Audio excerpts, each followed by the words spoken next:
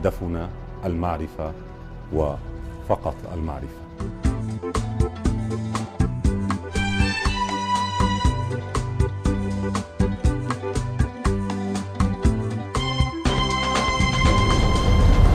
اغتيال العقل وعقل الاغتيال. كيف يكون العقل أداة للاغتيال؟ هنالك وسائل عديدة يغتال فيها العقل الإنسان ويغتال الحقيقة. الإشاعة نموذجا. كيف يكون الأمر كذلك عندما يضع أحد الأشخاص إشاعة ويشيعها بين الناس؟ عندئذ يطبق المفهوم القائل: إذا أردت أن تقتل امرئ سلط عليه إشاعة. يتلقف الناس العاديون الإشاعة،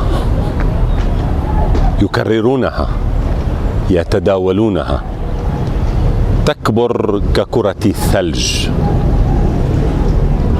يضاف عليها، كل يضيف على الإشاعة المزيد، كل يريد أن يؤكد مصداقية ما أضافه، يكذب الكذبة ويصدقها. مطلق الإشاعة إما منتقم يريد أن ينتقم من شخص ما أو من حدث ما أو من واقع ما أو من دولة، من حكومة، من مجموعات، وإما أنه شخص ذو خيال عال يريد لهذا الخيال أن يتحقق، فبدلا من أن يكتب رواية أو قصة أو أن يصنع مسلسلا، فإنه يفبرك على الأشخاص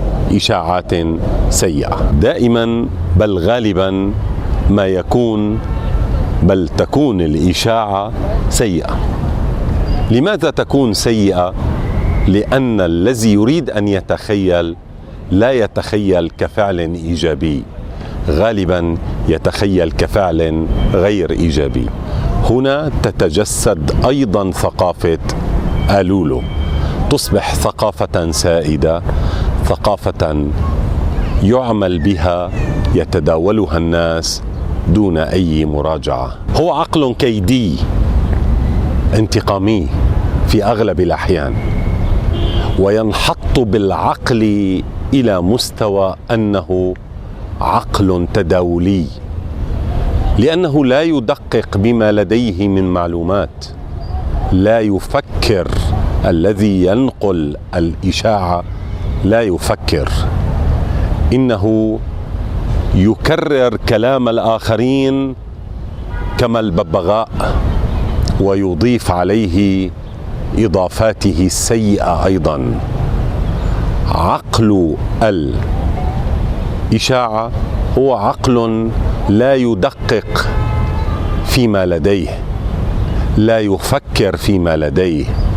هذا العقل هو عقل مغتال، عقل انحط إلى مستوى أنه عقل تداولي فقط للتداول، عقل للنقل وليس للتدقيق. لا يتأكد من المعلومة، يساهم في اغتيال الآخرين بقتل المعرفة لديهم وبقتل المعرفة عنهم. إنه عقل بلا عقل.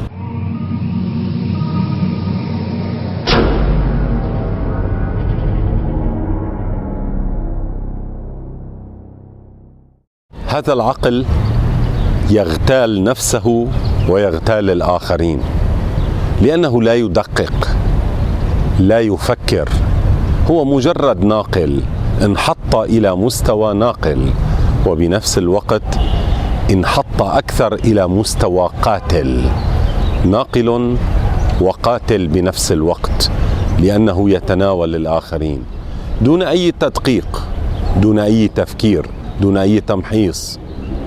هذا العقل مصاب بالعطالة.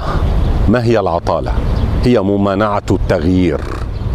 لا يريد أن يغير معلومة أتته من صانع للإشاعة، يتداولها باعتبارها حقيقة كبرى وحقيقة مؤكدة، بل ويضيف عليها أحيانا أنه قد رأى وسمع بنفسه وأنه قد كان حاضرا. هذا العقل الإشاعي هو العقل الذي لا يفسح في المجال أمام أن ينتقل المرء من صحيح يتداوله إلى حقيقة موجودة بالفعل، لأن الصحيح هو ما أقتنع به وليس من الضروري أن يكون حقيقيا. الحقيقي هو أمر آخر، هو أمر لم أختبره، عندما أختبره يصبح حقيقيا. الصحيح هو ما لم أختبره ولكنني اقتنعت به، أما الحقيقي فهو الذي أختبره بنفسي، أكون حاضرا، محصته، فكرت به، تأملته وبحثت به بشكل عميق. الفارق كبير. وعقل الإشاعة عقل لا يريد أن يتطور، هو عقل ناقل، ثقافته ثقافة آلوله. في بعض الأحيان هذا العقل يكون عقلا انتقاميا بسبب مصالح، يعني مطلق الإشاعة غير متداولها.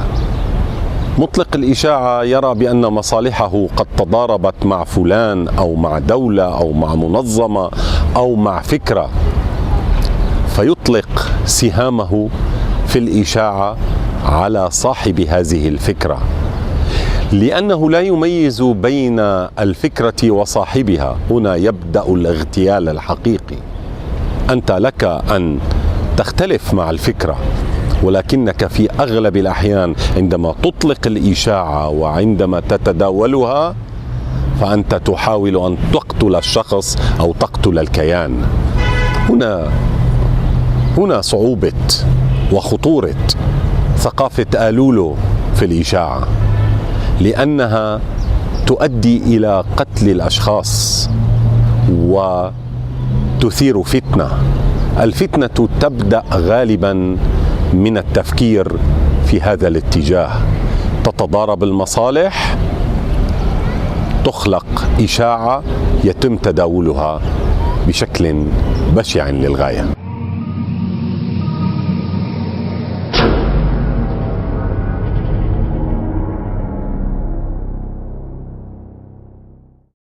مطلق الإشاعة في أغلب الأحيان يكون بسبب أن هنالك شخصا ما أو كيانا ما قد أطلق فكرة من خارج الصندوق، من خارج ما اعتاد عليه الناس.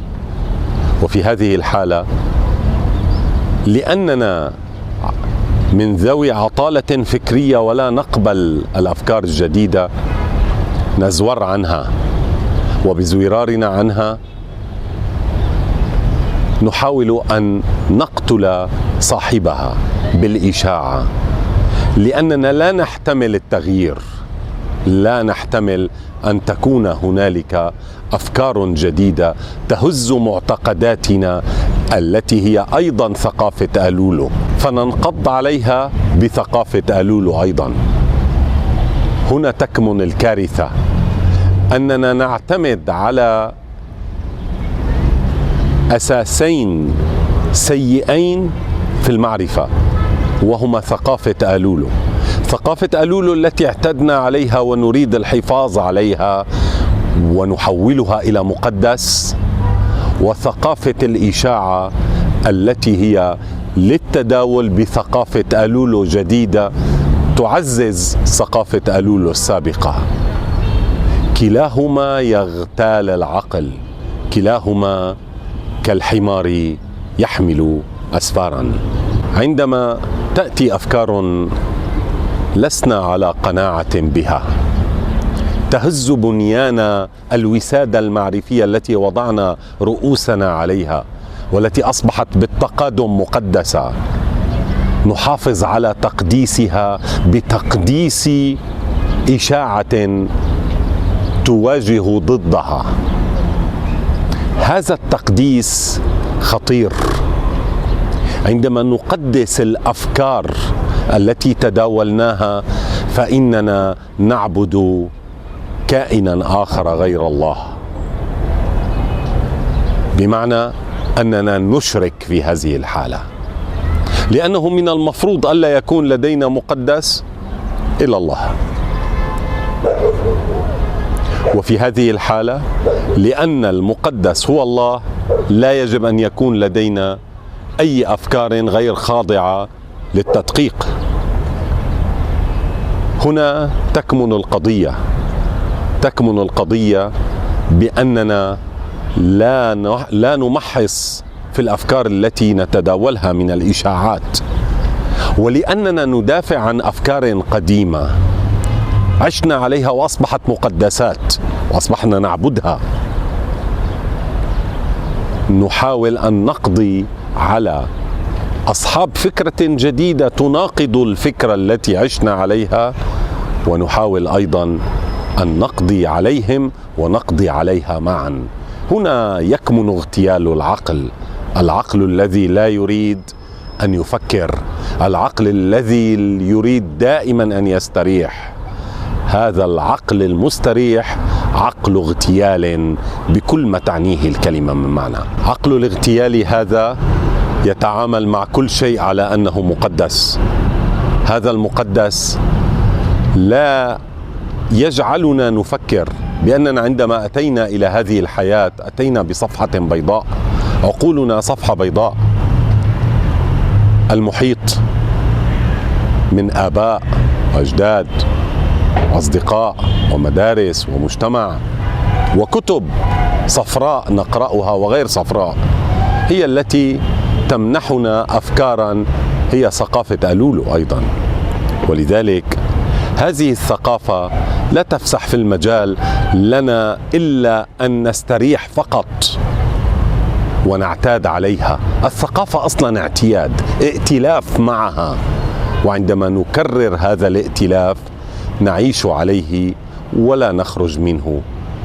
بمعنى آخر أن هذا النموذج للعقل المغتيل والمغتال بنفس الوقت لا يريد أن يمحص في أفكاره وفي أفكار تداولها، ولا يريد أن يسأل نفسه السؤال التالي: ماذا لو أنك لم تكن في هذا المكان ولم تخلق في هذا الزمان؟ هل كانت أفكارك التي تتداولها هي نفسها تلك الأفكار التي هي بين أيديك الآن؟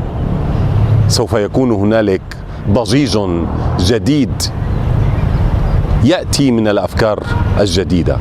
آلاف السنين البشر تعتقد أن الأرض هي مركز الكون. عندما أتى غاليليو وقال بحساباته الأرض ليست إلا جرما يتحرك حول الشمس، اعتبر مهرطقا وخارجا عن الكنيسة، خارجا عن العقل المعقم ومقدس لأنهم تداولوه بشكل دائم. هذا العقل هو الذي اغتال غاليليو، ومرت السنين وثبت بأن غاليليو هو الصحيح. لذلك الأفكار الجديدة لا تفسح في المجال لنفسها أن تمر مرورا سلسا، لأنها ستتعرض إلى إشاعات. سيقولون مثلا عن غاليليو لو أنه أتى إلى مجتمع ما كمجتمعاتنا أنه ربما وراءه اليهود، وربما وراءه الماسونية، وربما وراءه كل هذه الخزعبلات الفكرية التي يتم تداولها باعتبارها مصدرا للمؤامرة، مصدرا للإشاعة، مصدرا لشيء خطير يجري تحت ما هو ظاهر. وفي هذه الحالة تصبح الإشاعة قيمة. على سبيل المثال فكرة الماسونية، على سبيل المثال فكرة إشاعة، يعني هذه جمعية، ما الذي يجعل من هذه الجمعية قيمة كبيرة إلى درجة أنها تصنع العالم كله؟ نحن صنعنا هذه الفكرة، نحن الذين روجناها لسنين طويلة. كي نبرر هذه الإثارة بأن هنالك شيئا ما خفيا يقف وراء الأفكار الجديدة التي تأتي أو أفكار لا نريدها. هذا نوع من أنواع الإشاعة. هذا العقل لا يمكن له أن يتقدم بأي حال من الأحوال. إنه عقل يقدس أكاذيبه، يقدس تخيلاته، يقدس أفكارا كانت في الماضي وأفكارا صنعها في الحاضر كي تحمي أفكارا في الماضي.